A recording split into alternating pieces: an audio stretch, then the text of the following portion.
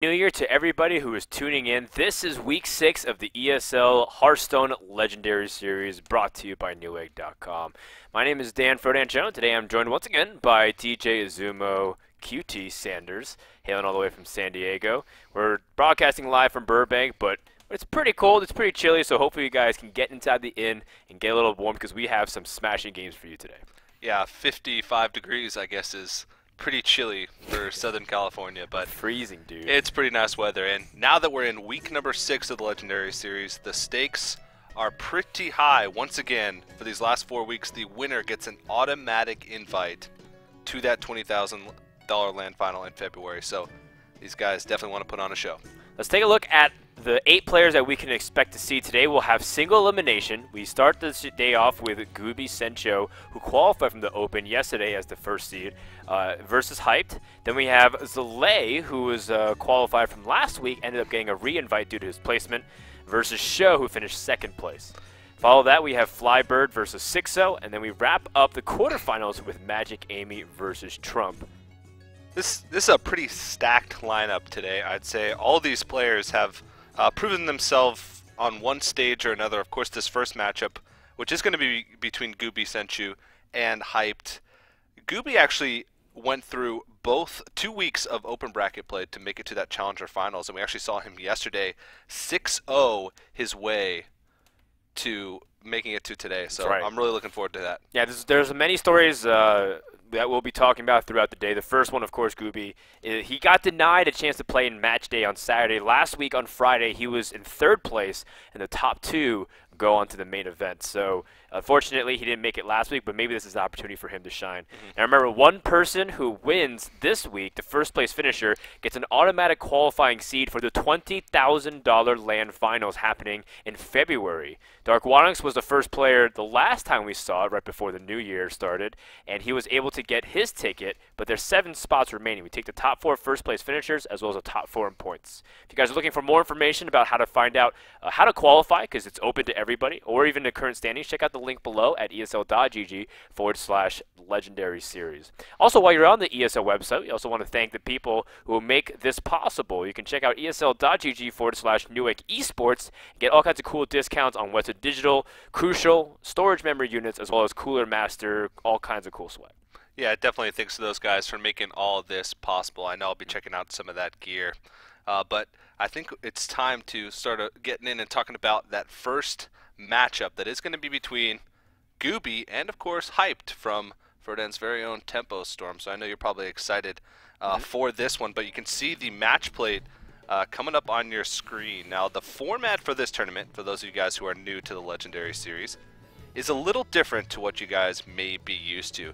These guys take 3 decks to this tournament, but they predetermine the order. So if they lose with a deck, or if they win with the deck, no matter what, they're switching for the next game until they get to that 4th and 5th match, which they can choose any one of those 3 decks that they've used, and it's a blind pick, so they don't know what their opponent's going to do in any of these matches. That's right. So we've been seeing some very interesting strategies and dynamics when it comes to the blind pick stage. The lineup phase is also curious because it can go well or it can go poorly. And right off the bat, we see 2 classes which Hyped is bringing that he's well renowned for, which is Mage and Rogue. And he is bringing a Warlock, which I don't disagree with, just because Warlock is so strong. It feels like you absolutely should bring a Warlock to this format. We've been proven wrong a couple times, Dog, even Silent Storm. Yeah. But you know, in any case, I feel like it's almost folly to not have such a strong class in your arsenal. Yeah, definitely, and both iterations of Warlock, well actually I guess I should say all 3 iterations of Warlock with Dark Quanix's sort of control, Demon Lock, right? Miracle Warlock coming in last week or 2 weeks ago, the last time we broadcasted, so definitely a strong deck to bring, and it's also a relatively safe pick for a lot of players, just because even though you said yesterday that you might think Zoo is a little bit stronger right now, it seems like a lot of players are just defaulting to Handlock, maybe because they've played it more. Or well, if you're predicting Zoo too, Handlock can be a good response to the Zoo, especially since it feels like a lot of people are cutting the silences from the deck. Yeah. How are you supposed to get past taunts now unless you have the Big Game Hunter or the Black Knight for easy spot removal?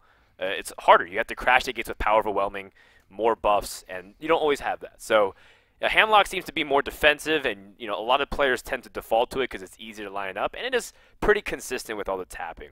We'll see that if it comes into play in game number 3, but for now we're going to kick things off with Mage versus Shaman. This is a matchup I wasn't really expecting to see today at all, but that's already really cool. It's something that we're not used to seeing, and because we don't know what Mage it'll be. There's a lot of kind of variants of Mage. We have seen the Shaman from Gooby, though, yesterday. TJ, what was his Shaman? It was the mid-range? Right? Mid-range, yeah. Defender of Argus. It had some crackles in there as well. So he actually had quite a bit of success with it, I'd say. I think it went like 2-1 over the course of the day. Or no, he 6-0'd, so it was 3-0, I think, since he picked it one time in the blind pick stage. So lots of success. And, of course, Gooby coming in wants to have a bigger splash this time than he did the first week that he qualified. And just goes to show you how much of a consistent player he is. All right, I think we have a pretty good idea what kind of mage this is. Oh, yes. Just based on, well, whatever we see right in front of you. It's going to be a Giants mage. Now, this mage from Hype specifically was popularized by him as a very unique and hard deck to play. There's many ways that you can stylize it, but the main purpose of it is to be defensive until you can push out really heavy giants when you have low health based off an ice block. Yeah. And of course you get duplicates, so you get many different targets that you can ideally use to swing the board. Yep. And Hyped as a player, you mentioned it earlier, he's one of the people in competitive Hearthstone who probably has the most experience at Mage, and he's brought Mage to a lot of tournaments even when Mage wasn't considered that strong of a class. I believe he brought it at the BlizzCon World Championships as well, which he unfortunately lost in the first round of the American qualifiers to the eventual winner. But that's a story of the past. Well, I guess if you go out like that, it's frustrating to a large extent because you lost to a guy who, you probably felt like you could have beat and even won, maybe the whole thing. But, when you lose to the guy who wins it all, it's like, well, at least, I didn't get taken out by a scrub who just beat me the next round. Yeah. Well, I think this is actually a little bit of a different deck that Gooby's bringing today. Unless we just didn't see it fleshed out as much yesterday. Game Hunter and Shaman. Yeah, we didn't see a BGH yesterday from Gooby, and we didn't see a Piloted Shredder. We never got to Fatigue, so we never saw every single card. But he doesn't have to keep the same deck that he did yesterday. He can change it up a little bit, and sometimes it's smart to. Especially if the players that he's facing today did any sort of research by watching yesterday. Might be a smart switch up. Yeah, I think so. Now, we don't know what secret immediately came out, but we do know Duplicate and Ice Block are in the deck. I'm not sure if there's an Ice Barrier or any other secret, but I do know 2 Duplicates is very important because you play a lot of 1-ofs in the deck. It's very useful because then you can line it up.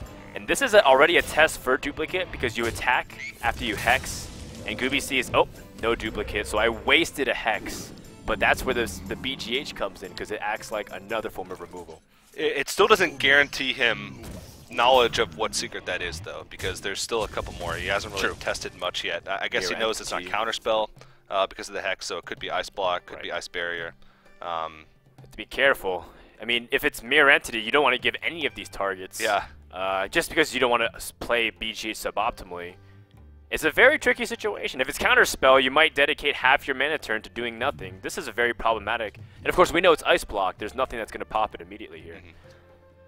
But that's still something you got to keep in the back of your mind. And he wants to test the waters with the BGH, but once he sees those Molten Giants come down later on, I know he'll be kicking himself for making that decision. Maybe it might not even need to. If the board gets out of control and Flame Strike destroys everything Shaman has. That's true. You might not ever get a chance to play Molten Giants if they don't get low enough. Oh man, Gooby's going through all the permutations of like what's the least damaging if it is the worst possible scenario, and then whether or not you close your eyes and just go for it. And it looks like closing his eyes and going for it is going to be the choice. Oh, Gooby's wide-eyed. Oh! He's waiting for it. Okay, it's not Mirror Entity, and we knew that, of course, but it's not always as guaranteed as you'd like to think it is.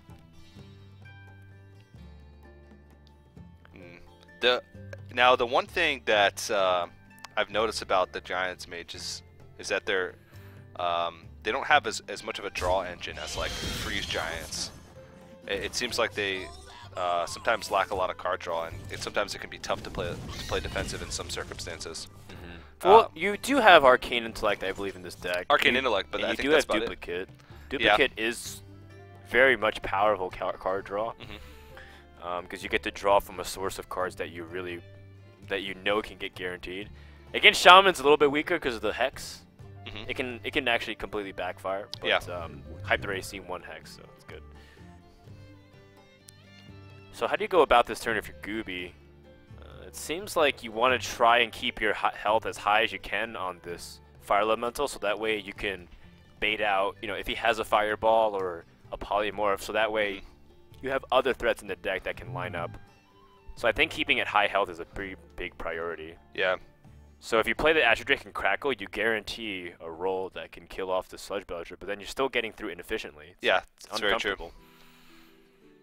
And you're still floating a lot of damage as well because you'd be attacking in with the Fire Elemental for effectively 2 damage. Yeah, exactly.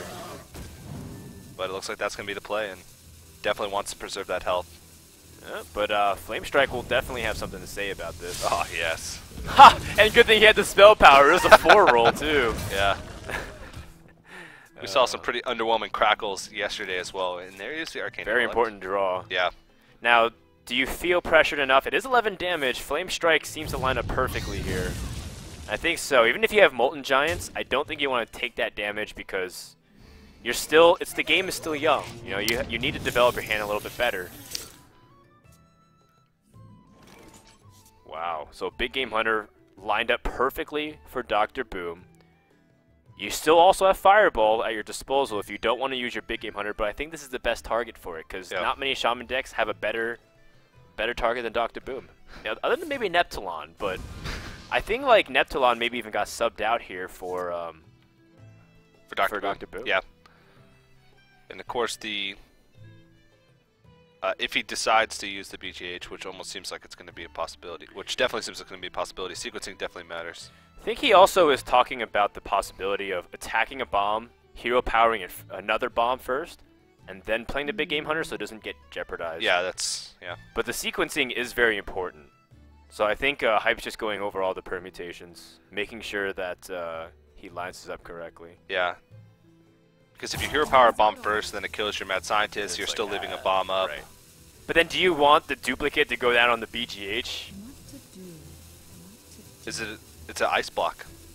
Well, right now this is an ice block, but most likely as far as down. That's very true. We'll see right now if I guess if he's running any secrets. I think he wants the BGH to die before he gets the duplicate targets off. Yeah, okay. So this is actually a very clever sequencing from Hyped because he wants to get rid of it. Now Gooby is going to prioritize it, and it looks like he's catching on to it, so he should attack this mat. Okay. So he attacks the Big Game Hunter first, and I think that's exactly what Hyped wanted, because now, even if his opponent has Earthshock for his Twilight Drakes, he's going to be able to get more of them, and he can't line it up correctly. Yeah. Oh, man. That is some heavy damage that can also go, or actually some very good pressure. Although, I'm not sure if you want to duplicate Alexstrasza's, right? It feels a little clunky. It could, yeah. Because at the end of the game, well, I mean, he could, like, Alexstrasza this turn to set up for double Molten Giants next turn. Because either way, he's either getting an Alexstrasza. Well, but then that is a definite risk for Hex getting duplicate, but I guess it wouldn't matter either way. But you probably want a smaller target to eat up a Hex, or a smaller target to get duplicated first. Well, I mean, there's more where that came from. This Earthshock is the big draw to deal with it, but I'm pretty sure Gooby knows what's secrets in play here. It's like, well, it's very clear. He has one target. It's a very good target for duplicate. He just got a Mad Scientist pop off. This is not ideal at all. Yeah, but at the same time, he doesn't really have other options. He can't really start pushing through because then it gives Mage initiative at that point, and with a big hand like that, you know that you sort of have to. It hurts giving him 2 Twilight Drakes, but it doesn't really have many options in that case. So this is where things start to get very dicey for Gooby, unless he has ways to pressure for the continuous pressure to kill, because these Twilight Drakes will absolutely wreak havoc on the board, and from that point on, Gooby will never have leverage to use like Defender of Argus effectively. I mean, that is a very important burst card. In fact, can he pop his opponent's block right now? See, 5, 10, 15. No, he can't. Nope, not quite. Ah, not it's quite. close. Well, he rolled high on 1, but that makes it really, really awkward.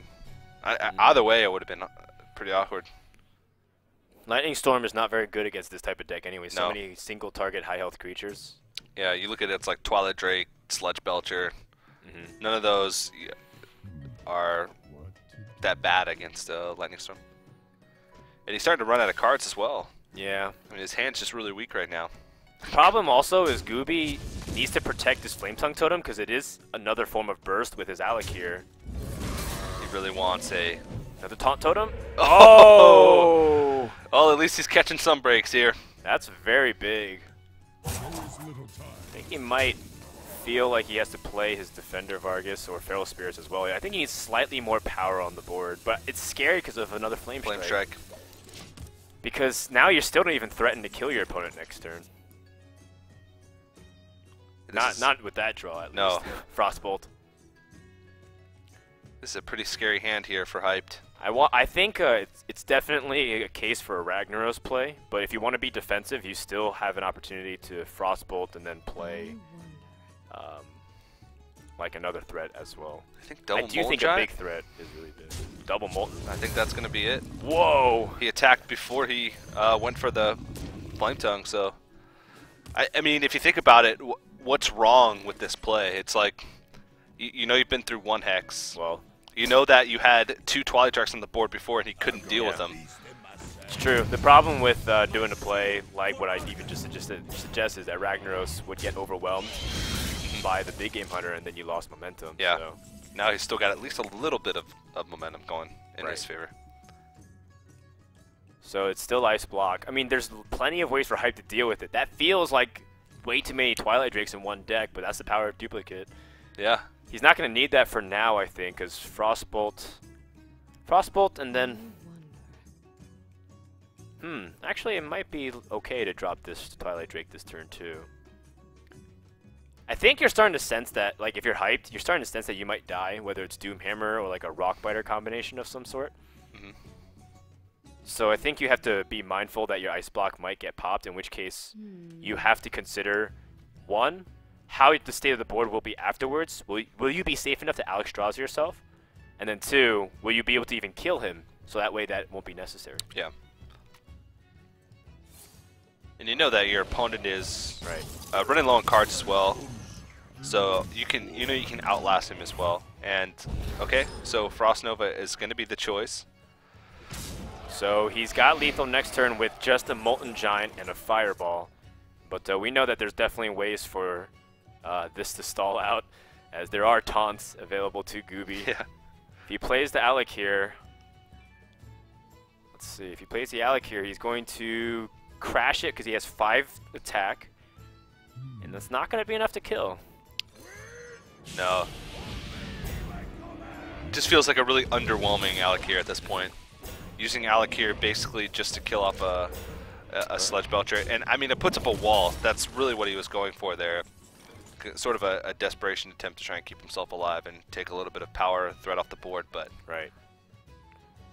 Well, I mean, that Taunt Totem is, again, being really annoying, because you normally would want to use the Fireball for pushing for final bits of damage, but fortunately that's standing in the way here. Still a bit of a head-scratcher. Yeah.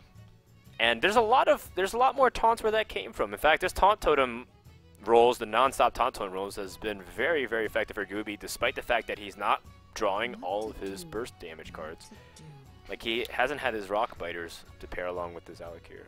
And this is just sort of how Shaman operates, even with even if they're low on fumes, running on fumes, and just no cards in their hand, they can still, with their hero power, just keep themselves alive, keep themselves in the game, stretch cards further than they would normally go, and just keep themselves in the match. And I mean, it seemed like Hype's hand was so scary a few turns ago, but now it's starting to empty out a bit. It's still very scary, but Again, those taunt totems over and over again. Just really annoying to deal with. And he holds onto the fireball and doesn't preserve the health on his Molten Giant just to be able to keep that burn in his hand. If this Azure Drake is really big if it picks up a Lightning Storm, Hex is pretty good too. Just to disarm the board as best as he can because he needs to protect it. And this Flame Tongue Totem again has been so clutch. Oh yeah, it goes back to that Taunt Totem roll a few turns ago when he sacrificed his Taunt Totem in and got it again. He's had a wall to protect this Flame Tongue Totem now for probably about, what, 6 turns? Which is not a luxury that you usually get as a Shaman player. Well, he's going to have even more with Feral Spirits. Alright, well. And I think Gooby's timed this out very well too, because he's staggering all of his taunts so that way his opponents had the least amount of effectiveness with it. I'd say this is an awkward hand. It is awkward, but you know, how long are you going to hold on to cards like Ragnaros? Yeah. Yeah, it seems like the best option. Alexstrasza, you're not going to get much out of it because it won't have immediate board impact. You either have a neutral effect on yourself or heal your opponent for 1. Alright, well, that's one of the better targets. Yes, it is. I mean, I think that's the... Do you think it's the best target compared I think it's to it? maybe the Flame Tongue Totem. Or the... Yeah, I think Azure Drake is probably the best. Yeah, yeah. It represents too much threat on the board. Well, the Twilight Drake's still doing work. It's commanding a lot of pressure and damage. And Gooby's trying to see if it can not use this Hex, but I think he has to. And that means Alexstrasza is still going to go uncontested unless his Flame Tongue can get really good mileage again and trade for yet another large target. He debates whether or not to attack first and actually leave the Hex target up. To maybe try and get closer to popping the Ice Block, but I think in the end it's pretty inconsequential just because you have to kill an X. So, this is actually quite funny because Doomsayer can clear the board, but you have to utilize like a fireball in order to secure it. This is a really weird game. Yes, it is.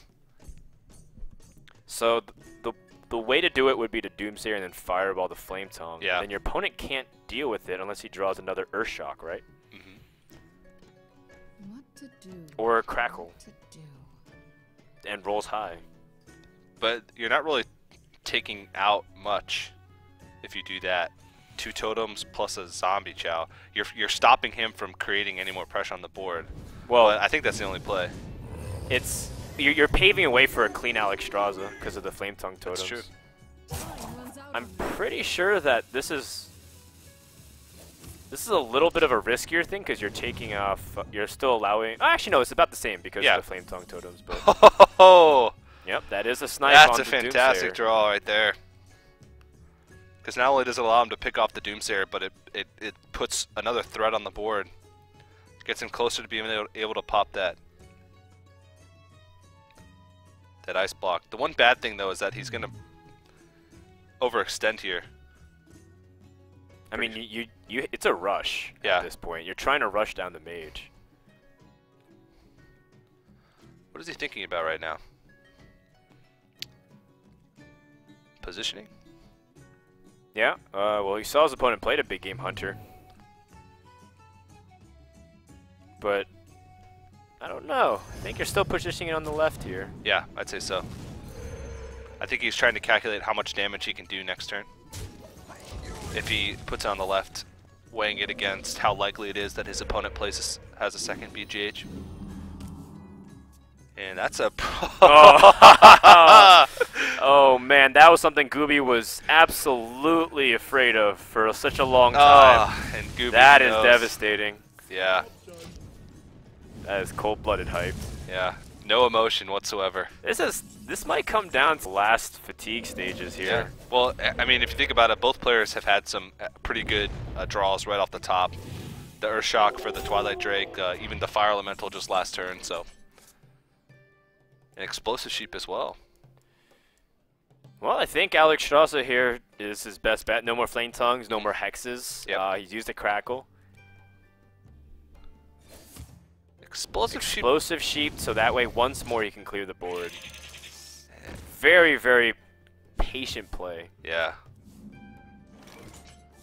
But you got Earthshock for it. Do you want to Earthshock the explosive? I think you have to. What else? You can't afford to lose. Like, every creature counts right now. It's true. And every point of damage counts. Because you're getting close to that fatigue stage. You need to get closer to popping that ice block or else you're not going to have a chance. Yikes. But oh, that's really bad news. Yeah. I mean, you say now Sylvanas comes down. And of course, you also know that there's one more duplicate in the deck. Oh, boy. Do you have to go for the chance that Sylvanas steals a non-Feral Spirit here? Yeah. Totem up. And or do you just sacrifice everything? Like, you trade both of these minions into Sylvanas, Rockbiter, the spell power totem? I think that's too damaging. I don't think you can afford to do that. And he still has to have a good roll. Wait. Oh, wait. He might be able to pop Ice Block. 4 if he rolls plus high. 7 on Crackle is 11 plus 3 on the Rockbiter. If he rolls a 7. But then Alexstrasza is gonna like be so devastating if he doesn't pop the Ice Block and he gets him to like 2 health. Yeah. Even if he does pop the Ice Block, Alexstrasza would still be devastating. Right, but at least he still has a chance. So what's it gonna be? Is he gonna trade into Alex? Or sorry, into Sylvanas? He is. Oh, wow! The green light. I guess since the spectator mode, he attacked for a second there. Since the green went away from the Feral Spirit, I thought he sold the Feral Spirit. So hyped second last card here is Duplicate. Remember, he still has Ice Block up. So does he set Duplicate up before his Alexstrasza? Well, he's confident that it won't die. What is he afraid of as far as burst goes? I mean, I guess Crackle? I mean, he might just... Well, the thing is, he might just have no way to kill Shaman other than his hero power, realistically. Like, Gooby actually has to kill this Alexstrasza, but I think he's going to try and race against time and attack his opponent and let Fatigue settle in. Yeah. And he spreads his power out. Oh! I forgot about that card. Wow. And that's a trump card right there. You have to deal with his Antonitis, but if you do, you're still giving your opponent fuel. And remember, he's got 1 fireball already from the pop-it, but Antique Healbot is such a big draw too. This was the card that I was talking about yesterday that showed up some of the bad matchups for Shaman. In the past, they never had ways to gain health. Okay, wait. If you pop the Ice Block now, oh, you can't. Yes, if you roll high on Crackle. If you roll high on Crackle, you have to get a spell power totem and roll high on Crackle. He dies on his own turn. It's like, oh, this Crackle's gonna be huge. No, it rolled low. Very low. This game is still far from over. Actually, I mean, it's not far. It's about to end very soon. And again, these taunts that have been afflicting him have been so devastating. Hyped is very much aware that he dies if his opponent, gets him to 1 health, or if his opponent does 1 damage to him, he dies. So in fact, Hyped has to spend his entire turn clearing the board here. Otherwise, he dies because of the secret popping. The secret's not active on your turn, so you take fatigue damage. Because Hype's going to be at 1 health next turn if he takes 2 fatigue. So he needs to clear the board, polymorph a target, shoot it with his Fire Blast, and fireball another target. And he'll have the killing damage next turn. And then he has to rely on Gooby not drawing into that single point of damage. Right. How much damage does he have? Like just a single Rockbiter? A Rockbiter. Or a Fire Elemental. He's got so many cards that is out. Does he even have a Fire Elemental anymore? I don't know. But he has to have damage in his deck, for sure. A Defender of Argus even. Anything to give him 1 point of damage. Wow. This is going to come down to the wire. Oh, one card. Aha! Well, squeezing in an extra point here. It makes sense. So does Gooby have 1 point of damage? No! It's Harrison Jones. Oh. Wait. If he rolls a taunt totem. Oh my God! Seriously? He's still it dead. doesn't matter Yeah, though he's still because dead. of the Double Alex fireball. Straza, the double fireballs, Yeah. right? Oh, that's so Yikes. crazy. So close. Gooby and his taunt totems cannot hold off the onslaught of fireballs. This game is mad. 1 damage away. I'm sure there was a couple cards in his deck that would have finished the game. And he only had, what? Wow. 5 cards left, maybe? 3 cards? It was So very close. Yeah. I mean, he definitely had damage. There's only 3 cards remaining. But that's the end of our first game. What an explosive start to the series. That's heartbreaking for Gooby as well. But Hype, that's really well played, I think, by both players. That was an exciting first game. That was definitely that game delivered for Yeah, sure. both players had some nice draws, so you can't really say even that one player got luckier than the other. And it came down to just decision making in the end, which are the ones that you like to see. I mean, in the end, Gooby whiffed, but he also stayed alive a lot longer because of some of those totem rolls. Exactly. Also he got unlucky on Crackle. That could have definitely decided if his Crackle rolled 1 point higher. He rolled a 3 on his Crackle. Did he? Yeah. Oh man. So that's 1 Actually, point. you're right. Yeah, he could have rolled a 4, rolled a 5, or a 6. That was definitely. I mean, there's some Okay. good lucky moments and very unlucky moments. That game was a good example of all the variance that does happen within a Hearthstone game. Very unfortunate for Gooby, but he's not out of it yet. It's just the first game. We take a look. I do believe we have Druid versus Rogue coming up here, and I'm not sure because I haven't seen this matchup in a long time. It used to be the case where Miracle Rogue had a pretty good shot against sniping the Definitely. Druid, unless Druid got a really good start with Spectral Knights. And now I'm not so sure anymore because I don't know what Rogue this is from Hyped. No, we've seen a couple different variations of rogues across the competitive scene over the last couple weeks. I unfortunately forgot the player's name who he hit #1 legend in EU. He made the rogue deck popular that Dog actually was using in like Deck Wars and the other tournament that he played in as well. It uses like double sprints, sledge belchers. It feels like a very control oriented. You know what, Froden? It feels a lot like Control Warrior. Does it? It does.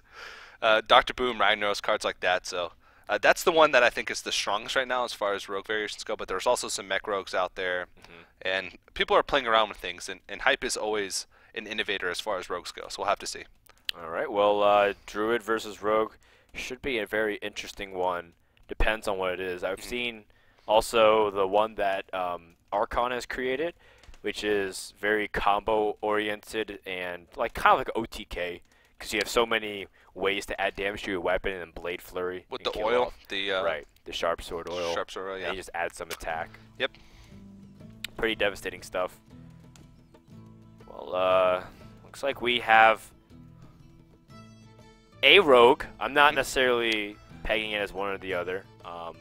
Definitely leaning away from Miracle because Miracle is just too slow. Yeah, I think this is that mid-rangey control rogue. That's increasing in popularity, I think. Wow. Gooby is so afraid of like a Fan of Knives destroying his State of Knives. Yeah. And he just hero powers down the Thanos. Whoa! Well, that doesn't change too many things. Gallywix. Gallywix is a card that not really sure its identity right now. Like, where does it fit in? Tempo in a lot card, of this deck? for sure. Yeah, but tempo rogues are. I guess this deck is sort of a tempo deck, but it seems like you control the board a lot earlier on without creatures. How do you unlike a deal tempo. with a Gallywix if you're Druid? Keeper? I guess it's really hard. It's a 5/8, right? Yeah, that's an awkward amount of health and attack. Yeah, like you can't just snipe it or Can't BGH. swipe it. Yeah. Yeah, that's actually true. You might have to use Savage Roar or something equivalent to it, but then you give your opponent Savage Roar. And that's really dangerous to give to a rogue. Yeah. Because it combos with their weapons as well. And But, I mean, you do get a coin, so you hit your combo a little earlier. It's like you get half of an innervate for using your card. yeah. I mean, the ideal way to play against Gallywix is just use minion trading, or to kill your opponent so that way it doesn't matter what spell you give them. Like, say Gallywix is on the board, but you use Force of Nature, Savage Roar, doesn't really matter. Well, this is also starting to get a little awkward too. So he uses Savage Roar to try and push through here. and eliminate a lot of what's on the board. It's really dangerous to leave a Violet Teacher up. Yeah, absolutely. Especially if you don't have swipe in hand. Oh yeah, yeah. That can change your line of play as well. Because sometimes you want him to try and overextend. Ooh. Azure Drake prep Yikes. Band of Knives. That is really devastating. Oh man. Oh, this just got completely turned on its head. Oh no, poor Gooby. And that's the power of prep in like this type of deck when you have a lot more like a non-miracle deck. Yeah. It's really hard to see the application of it. Usually, Yeah, yeah. Even this deck, I don't want to say for sure, but probably runs Sprint. You can make some really powerful swing plays with Prep Sprint. Especially if you have like a Violet Teacher on the board, you can coin Violet Teacher into Prep Sprint, which just gives you a huge card advantage in a lot of matchups. And that Violet Teacher can go a long way, so this deck is really fun. Well, I think Hyped has a couple options. I do like taking out the Spectrum Knight. Just disarm his damage, because you had the better late game by a fair margin. Because like you said, there's Dr. Boom. There's sometimes even Ragnaros or Alex Strauss in this deck. Yeah. So even if you're giving up your Azure Drake to trade into it, you're still putting pressure. And remember, you're actually close to killing your opponent too. So I like that he's not like, oh, I have Gallywix now. I can try to deny him. Yeah. You know, be patient and just, you might even be able to conceal him from the series. Very if you true. want to bring Rogue back later, Gallywix might be an MVP. He's just got such a lead right now that it doesn't make too much sense to just, you know, play it all willy-nilly. And there's the Rag as well. Okay, hold on. Let's do some math here. He's got 9 damage on board, plus 3 from Deadly Poison, plus 1 from the Shiv. Well, he could just go off. Well, he could go off Ace and then Rag. It's not, yeah. But a BGH would allow for at least a little bit of a swing turn. I think I still like Azure Drake here. Ah, Shiv. Okay. I mean, I like the idea of drawing, for sure. Backstab allows him to kill off pretty easily. Oh man. And there's the trade, Prince. I was trying to listen to what he said, but I don't actually play with him at all, so like I actually don't even know what he says. It was like an accordion. And you ruined it for me, TJ. There was like an accordion there. It's like a little piece of accordion music. Sorry. Yeah, I felt like I was there, but sorry, Dan. I wasn't. Maybe next time. Maybe next time. All good. It's all good. Well, I think he's dead, because I think you got the Deadly Poison here. I just want to point out this is the most 5/8s I've ever seen on a board. Wait, hold on. Sorry. That's a 5/8, not a 6/8. So he's not dead yet. Not quite. Unless he decides to just show his Ragnaros here. Yeah. I mean, you look at this deck, and I think most of the decks that have been similar to this, that have either been on ladder or seen a competitive play, have run Rag. So you can't really assume, but it might be okay to... I think you're so far ahead, you don't have to, though. You can play Azure Drake, and then just use Deadly Poison. That's true. I think that might be the plan here if he's... Oh, I guess it's Ragnaros coin flip then. Either outcome is okay. And you know, Hype's just going for the win. Either outcome is very good. You either win or you win. Well, you either win or you win by a bigger margin. Yeah. And that's going to do it for game number 2. This Rogue deck's very powerful, purely based off of its surprise element as well, because you don't expect it to be able to do some of the things it does until they happen. Right? Whoa. It's just, right, no. Like, but let me explain. Okay. So Rogue, because it has backstab and preparation, like it allows you to make some really ridiculous tempo swings in the board.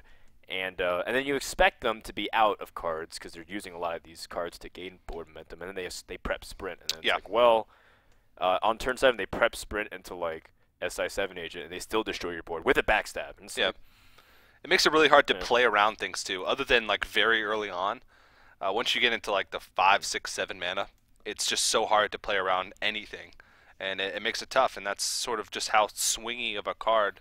It's fun. Prep can be very fun. Very fun to play. We were playing it actually right before this broadcast. Yeah. Where I was taking my turn having Zoo around the waist. We were both playing almost the same deck, while not knowing that we were both playing the same deck. Right. We both like, let's go play Hearthstone for a little bit before the match, or before the series starts.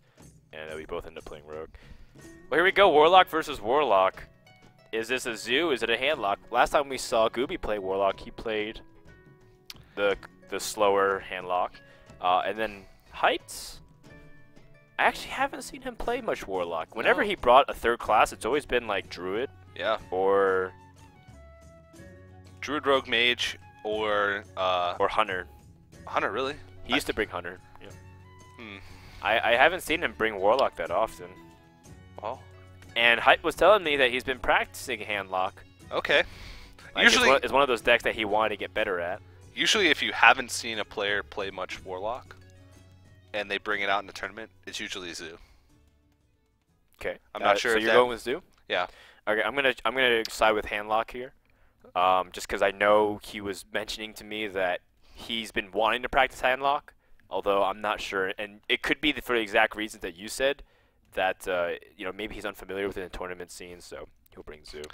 Yeah, you can do a lot better with Zoo with a general knowledge of Hearthstone than you can do with Handlock with a general knowledge of Hearthstone. I guess the learning curve for Zoo is lower for someone who already has that depth of knowledge. Maybe. But I would expect you to know more about Hyped and be able to predict more about Hyped. I'm gonna bet it's Handlock. Okay, what is your percentage here? 90%? Did he tell you literally right before the match that it's going to be Handlock, and you're just trying to be nice by making my opinion seems like it's worth something? 80%. Okay, well, we'll see. I'm actually starting to sway my opinion over to Handlock now. It's actually Zoo. Okay. No, it's Handlock. Okay. Well, Handlock versus Handlock. This is a matchup, if it is. Oh, maybe Gooby's playing Zoo. That's true. He actually played Handlock yesterday and in the previous week where he played in the Challenger Finals, or 2 weeks prior since we took a break for the holidays. But he could switch it up. Uh-oh. It's Zoo. Did you just have me going there? You just trying to get me to change my opinion? Hype said, I want to practice Handlock, and then just bring Zoo. Well, I think Gooby mulligans as if it is going to be Zoo, and he has a pretty decent hand to stop early aggression. Either way, he's about to find out very quickly if it's Zoo or not. Yeah, I don't really think you have a choice if you don't know. You sort of have to mulligan for Zoo. Just because you can die if you're assuming otherwise. Yeah. The big game hunter will sit there useless. Unless you think you have such a good gauge on a player's play style that you know that they're going to play Handlock. Right. I mean, that's a good card. Molten Giant is pretty nice to have. Very nice. Sunfear Protector as well, so he's got a wall. He needs some form of AoE, though, to be able to deal with the board. Either a Shadow Flame or a Hellfire. Either would be good in this scenario because he does have the Ancient Watcher already on the board. So, of course, Gooby is naturally going to want to fill out the curve as opposed to just be defensive immediately. And then maybe the Farseer can not only heal him, but draw away some heat with the Leopard Gnome trading into it. That's the ideal scenario. Of course, it's just as simple as it getting picked apart by any kind of buffer, so that way something's inefficient, then it goes down. He's really thinking about it, though. In the same way, too, minions with 1 health in this matchup feel like they're not that great just because of Mortal Coil. So if Hype was to choose a minion to trade, he'd most likely choose the Leopard Gnome anyways. Well, this play takes a little bit more heat off of his face, but it makes it so that if he does draw into a Shadow Flame as opposed to a Hellfire, it'd make it a little bit harder to use. Well, this is now a little awkward because if he trades into the Ancient Watcher, he either has to give up his Voidwalker and make the Wolf vulnerable, or give up his Wolf and make the Voidwalker weaker, if he wants to play Harvest Golem. He also can play his Egg, be resilient against Hellfire next turn, more resilient, and then have a Power Overwhelming to push through, keep his damage, and be able to push through. I honestly like the Power Overwhelming play more.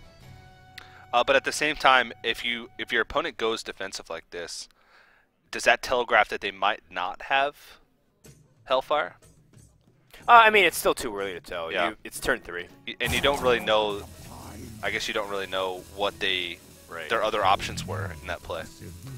so it's hard to be able to say. But I do like the power overwhelming play a little bit more here, just to be more resilient against that AoE. Hyped disagrees. Okay, so he's going for the slower play. And I think it's because he wants to use Implosion to do some work here. Twilight Drake off the top is an excellent draw, but Implosion almost certainly will guarantee a kill on that. And I think... Do you want an Implosion here, though? Why? Yeah, why wouldn't you? I guess because AoE, but... It's just so hard. Besides the egg, I guess it's just so hard to play around AoE, but I guess that's a really effective way to do so. Oh, man. That Voidwalker is so annoying! Oh my god! Oh, he decides to just hold instead of attacking in. Well, okay, now I think it's a good, safe call whether or not he had, like, AoE of some sort, because this is a board you definitely need to AoE down. You can be pretty confident in the fact that he does not have it. So you can have 2 juggles this turn, but it gives up a power overwhelming. I think you do want to play the Nerubian Egg. I think you want to start tapping as well. You think so? I think so. Unless you're just trying to all in. But I like power overwhelming on one of the Imps to get through the Sludge Belcher, and then trading in the 1/1s if you get a good juggle with the Nerubian Egg. He can flood the board here. It's good. Evaluate based off the juggle. It's pretty decent. In fact, now he can kill off the Sunfury Protector. Yeah. I think other than face, he'd be pretty happy with the outcome for that juggle. So he's in a pretty good spot. He's got a little bit of protection against AoE with the Nerubian Egg. He hasn't really put on much pressure this far in the game. I mean, it's still early. It's turn 5, but usually at this point, you have a lot more pressure on the board, and giving a handlock the luxury of just playing a Sylvanas that quickly, that safely, without having to worry about having any risk of dying next turn is not likely. So he's got 2 Undertakers and a Flame Imp. This is pretty awkward still. Yeah. How do you even go about this? You can flood the board, but then you're not really that strong against AoE because your opponent has a creature on the board. Well, assuming, what if it juggles 3 times? Or, wow, you know, yeah. Do you just trade Knife Juggler in so that way Sylvanas has a smaller impact? At this point, I don't know if you necessarily care whether or not like Undertaker doesn't you even control. get that strong. Yeah. It's just a 1/2 at this point. This is very awkward. I think, I mean, he's going to flood the board, but he's just thinking about what he's going to do with these juggles. Oh, after where these juggles go. He has a decision if he trades in here. Yeah. And looks like he's not losing any of his active creatures. Okay. Loses his own Undertaker. The Imp would have been, I think, the only better choice in that scenario. So not too bad. Not too bad. Yeah, and you know, Gooby's still pacing pretty well too, though. He's at a high health. He still has some reasonable amount of cards, and he's got that ever important Molten Giant, which is like really, really important to secure.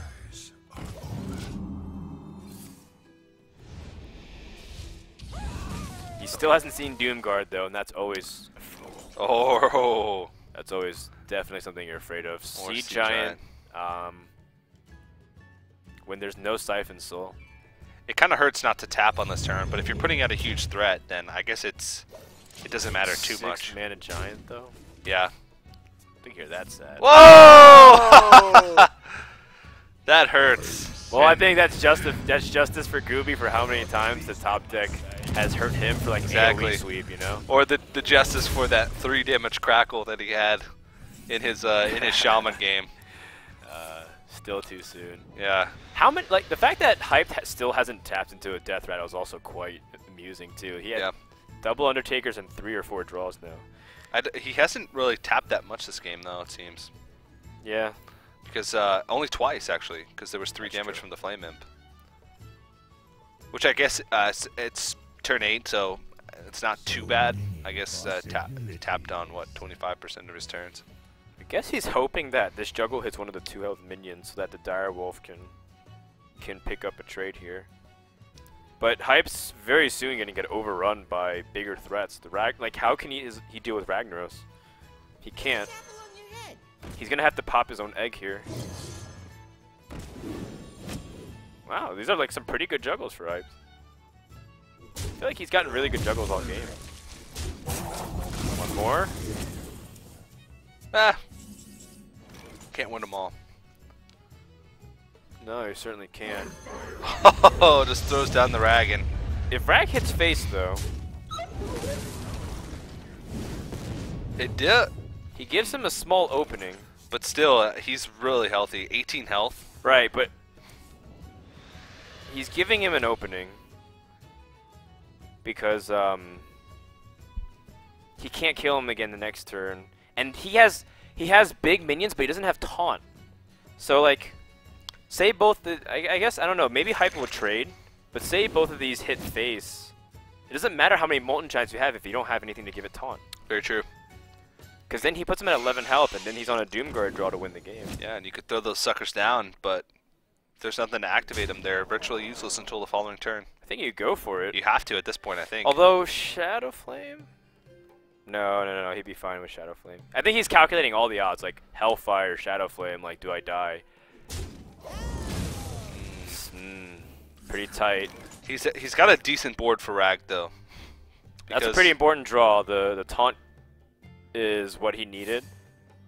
So much so that he taps, and wow. that Defender of Argus will lock him out of the game. Yeah, that seals it. For sure. There's no way to get past all this. Unless you have Twisting Nether or a top deck Deathwing. You and your Deathwing. Can you imagine? That would be an innovation. Haunted Creeper is not a Twisting Nether. Okay. Flame Imp is just about as opposite of Twisting Nether as you can get. Actually, no. I'm sure there's better opposites than Flame Imp. The opposite of Twisting Nether would be Tree of Life. Are you sure? Yes. Okay. Fair enough. I was going to say it's like Force of Nature, Implosion, Spellpowered Implosion, or Onyxia. Nope. Okay. It's Tree of Life. Tree of Life it is. Is the opposite of Twisting Nether. Alright, well, Gooby is going to take a game in this series. It's going to be 2-1 at this point, so we're going into that blind pick phase. And so these guys can pick any deck that they've used thus far. Don't know what their opponent's going to pick. I'm thinking a mage pick here from Hyped. Okay. Just because it seems to be reasonable against all of the classes here. I do know Rogue struggles against Handlock, and I think Zeus struggles against Handlock as well. Yeah, especially this Rogue, I think. They just don't have a lot of tools. You showed me a Rogue deck. You did one for me with Sabotage that actually fared decent against Handlock, surprisingly, just because you had a way on like turn 4 to deal with the Giant with a single card, which is something that Miracle Rogues and a lot of Rogues had trouble with in the past. But yeah, it's definitely a tough matchup, and I think that Mage deck is actually really great against Handlock, which seems to be Gooby's go-to choice in a lot of these blind pick phases. Whenever he makes it a blind pick, a lot of the times he goes with that Handlock. So he might switch it up here, though. If you know your opponent's going to pick Mage, what's your best deck against it? I have to say Druid. Druid, yeah. I think they have more options. His Shaman deck got really close, but I think that could have been a lot more one-sided for Hyped in a lot of cases. Right. But then if your opponent guesses that you're picking Druid, then you pick the Warlock. Whoa. So he went with Rogue. Now, I've played this deck quite a bit. Almost this exact deck. Maybe not with Trade Prince, the Gallywix, but almost this exact deck a lot over the past week or so. And my win rate versus Handlock is abysmal. That might be because I just am not as experienced with it. But Hyped had to have, or might have had an inclination that Gooby was going to go with the Handlock, because a lot of players do in this format, but decides to go with Rogue, maybe even despite that. Interesting pickup. It is interesting for sure. I'm not sure if he's running cards that can easily deal with giants like Sap if he needs to get through. Just because Sap, like it's been rotated out of a lot of these rogue decks, you'd rather just kill it. Yeah. And play for something else, even though it is really good for tempo. I'm not sure. Rogues are having like an identity crisis for sure. They're not really sure who they are, or what they're set to Earth to do. Yeah. Or what career they want. Yeah, it's rough. I might be suffering from the same thing. That's They why do I'm have an aptitude for killing, though. That's why I'm playing rogue right now. Oh, because I like to relate you relate to Valera very well. Okay. Yes. Yes. We're both very pretty women. On the inside, at with least. an urge to On the kill. That just sums me up so perfectly. All right, it's game 4. It's still elimination game for Gooby. He has to win 2 in a row against Hyped. A very tall order considering Hyped's definitely known to be one of the better players in all of North America. And he does have Sabotage, a card that is powerful against Handlock. So this changes a lot because when I did have double Sabotage in that deck, my win rate versus Handlock was really good, especially if I had a Sabotage in my opening hand, because dealing with that first Giant is usually the hardest part of beating Handlock as a rogue player. So in the past, they would have to use like a Backstab, SI Agent, and an Eviscerate or something along those lines just to be able to deal with one Giant. But this makes it quite a bit easier. And Hyped also has a preparation, so he can do some really interesting stuff because it's not necessarily even the preparation on the Sabotage, but he also can reload on his hand if he's expending a lot of his resources to deal with threats. He can prep Sprint on turn 4. Yeah. This is the series of plays that I was talking about that I think is actually really powerful in Rogue, is like a Coin Violet Teacher into Prep Sprint. Now, I don't know if it's that great against Handlock, just because that coin can sometimes be really valuable later on, but it can be a really huge swing. Well, you have 2 Violet Teachers in hand. I definitely think you want to push it out as soon as you can, just for board presence. Yeah. And again, force him to show what he has. Gooby, by doing this, has also denied himself the ability to play a turn 4 Giant. Yes, he has. So he's going to have to tap again. Wow. So then 1, 2, 3, 4, 5, 6, 7. So if he preps Sprint, he'll have 9 cards. That's pretty strong. That's 9 very cards. strong. Like you ramped with card draw, and you didn't have to give up any life. And then he's putting tokens on the board as well. Yeah, that's true. For 2 cards, you draw 4, and then you put out 2 1/1s. For 4 mana. I think that's really strong. So if that was summarized as discard a card, draw 4, and summon 2 1/1s. It'd be a very complicated card, but I'd play it. He also has another opportunity for Violet Teacher here. Second Violet Teacher. Yeah. It's not as clear cut as it is just a simply, ooh, cards, yay! I was thinking that. But I think he wants to have a way to deal with the Ancient Watcher next turn, a clean way to deal with the Ancient Watcher next turn. I mean, he can deal with it now as well. Yeah. Just simply as a Deadly Poison Shiv with the Blood Mage Thanos. Yeah. Actually kills it off. So I think this plays better, because next turn he can still throw the Violet Teacher in and his tokens and be able to sabotage a big Giant. Ooh, a Backstab. And a BGH. Very important cards. This is why he feels good against Handlock, I suppose. Yeah. Wow. That's such a fantastic opening for Hyped, and this changes things quite a bit. And Twilight Drake goes out. I mean, Gooby actually has a pretty good hand. He's got all 4 of his big threats early on, but with Violet Teachers, you can, and that many cards in a Rogue's hand, he can put out so much damage in a single turn. Even though this isn't Miracle Rogue, they don't rely on win conditions. They still can put out a sneaky amount of damage in a single turn. Backstab and Eviscerate with a Thanos is 8 damage. Okay. And a token trades it in. So you actually don't trade much to kill off the Drake. You'll be replacing 2 tokens with it, so. Right. And then you push for a little bit of damage. Indeed. I mean, now that you have so many cards, it's a little bit hard to tell, but you have a pretty significant amount of burst too with Deadly Poison and Blade Flurry in the next couple turns. And you also have Sap to get rid of like a big target, a taunt. Yeah, and later on in the game, like a Sap damage spell Sabotage clears like double Molten Giant, Defender Vargas, or something along those lines. So, a really powerful play later on. You know, I wonder if Gooby also might have given up his Mortal Coil a little bit early if he wanted to use, Sabotage. Okay, I wasn't expecting this. No.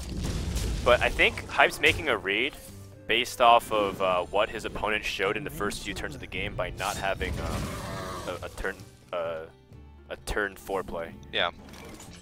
Well, that's the power of sabotage. Sometimes it's better to save it for later, but there's really no hurt in playing it right now. A big threat is a big threat, no matter how you look at it, and either way, he's going to have ways to deal with it. 7. Hold on. Calculating lethal damage. There might be lethal next turn if he doesn't Hellfire here. Dalnos, Eviscerate, Blade Fury. There's 7 on board plus the Eviscerate and Shiv. So that's 5, 7, 17. He has 17 damage. Yeah, 17 damage. I mean, if he draws into a prep, he can prep Shiv. Yeah, that's maybe with tap. With a tap, that's lethal. This is oh no, this is a very defensive play. Wow. Ends up being okay here. I think you can just file a teacher. Man, what does that even say if you're the rogue player reading into it? It's like he must have nothing. Nothing. It's like when he has a lot. He had all 4 of his ideal turn 4 plays. And he's got both AoEs as well. It's like out of all the options, he's like, well, I can probably overextend now. He didn't AoE last turn, didn't get rid of my tokens. Right. These tokens aren't as dangerous as, like, say, a Paladin's 1/1s, or even like a Druid's 1/1s. Like, they're probably the least threatening tokens out of any, like, token-y deck. Right. Because you don't really have any ways to buff them. Because Cold Bloods don't exist really in rogue decks anymore. But still, that damage can really add up quickly. I mean, it already has. 17. There's lethal next turn. There's definitely lethal next turn because there's 8 on the board with minions, 11, and then of course you have the Eviscerate with Spell Power and a Blade Flurry, so that will be lethal. Even if he Hellfire clears. No. If he Hellfires, I think he's okay. Yeah, he's okay. Because if he Hellfire clears, it'd be 12 damage on board. He'd be at 14 health. His opponent has 6. Oh man, Siphon Soul number 2? You can tell Gooby shook his head. How does... I mean, there's Dr. Boom and Ragnaros in this deck. Yeah. Wait, hold on. 5, 15, 18. He's 1 mana. Ah, he's 1 mana off lethal. Wow. And the plays here aren't as clear cut as they were before. Wait, are you sure? Actually, no. I think he wouldn't even have it. Okay, nah, so he wouldn't have it even if 10 plus 4. Oh yeah, he'd be at 19. That'd be 19 damage with 8 mana. So now I think you attack, and do you hold off on letting him play Molten Giants? Yeah. I guess it's okay because you have a lot of play Thalnos. I think do you play your smaller minions like Thalnos and Farseer? If he Hellfire clears and then plays Molten Giants, you're okay with that, right? Because then you'd win. Yeah, I think you're okay with that. Well, actually, he's at 12 in that situation. And then you have double Eviscerate with yeah, you have Blade Flurry, double Eviscerate, and hit the face. Okay. Yeah. Lots of damage calculations going on this turn. He would have to Hellfire, Molten Giant, and taunt up with a Sun Fury, and then Hyped could draw Preparation, prep Sap into double Eviscerate, Blade Flurry, and Hero Power and win.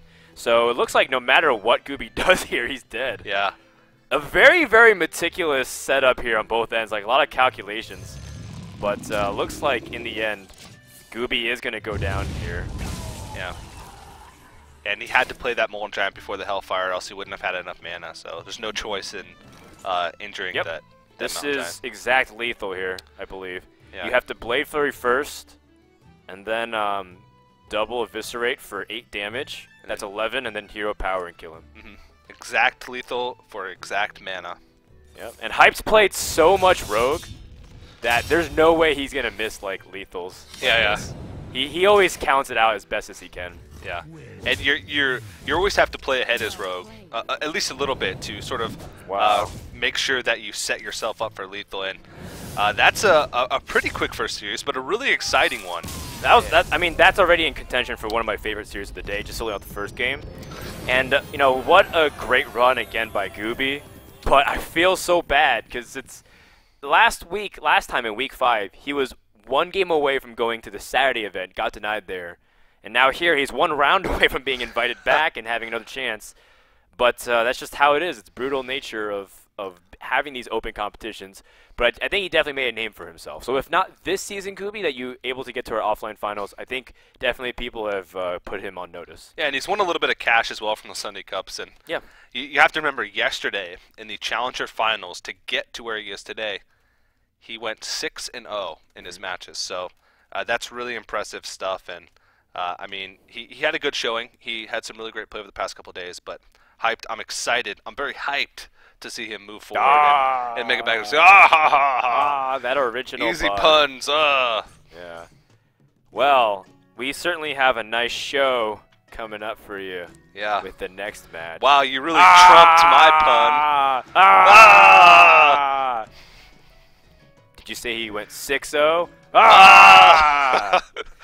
Okay. Well, we're having fun, guys. No, believe me, we are.